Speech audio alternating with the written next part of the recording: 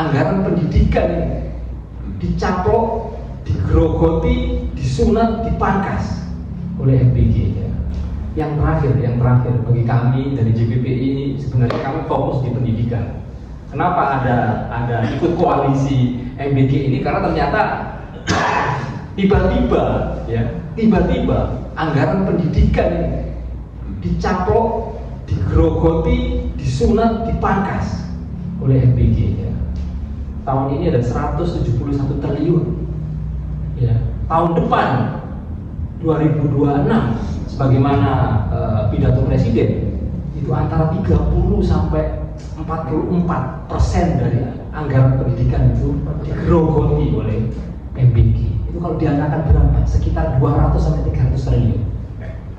Padahal Mahkamah Konstitusi memerintahkan bahwa sekolah di Indonesia tanpa dipungut biaya.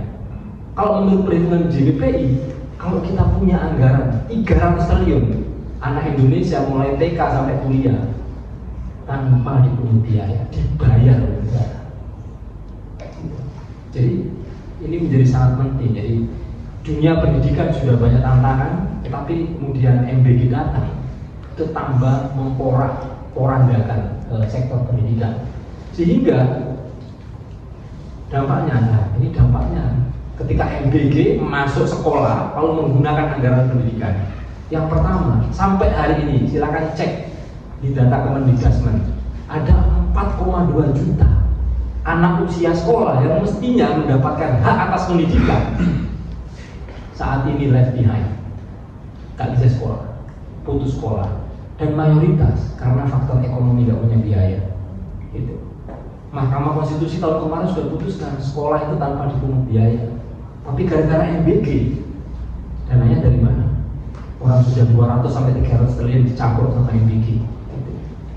Artinya MBG ini bisa melanggar pasal 31 Undang-Undang Dasar, karena negara wajib membiayai semua anak punya hak atas pendidikan yang sama tanpa diskriminasi. Yang kedua, kondisi yang mengenaskan juga saat ini tahun 2025, silakan cek datanya, lebih dari 60% sekolah dasar kita kondisinya rusak.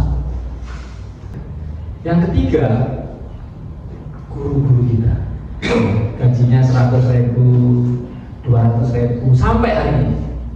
Nomor 4, pemerintah punya program, termasuk Presiden Prabowo, wajib belajar 13 tahun.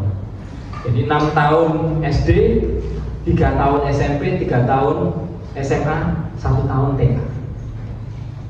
Tapi sama Kemendikbud diajukan tuh, karena banyak anak-anak juga yang langsung kelas 1 nggak pakai TK karena nggak punya biaya.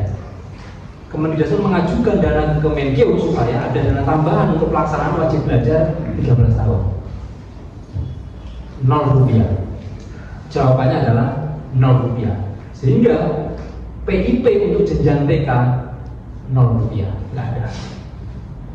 Artinya sangat buruk terhadap sektor pendidikan MBG ini.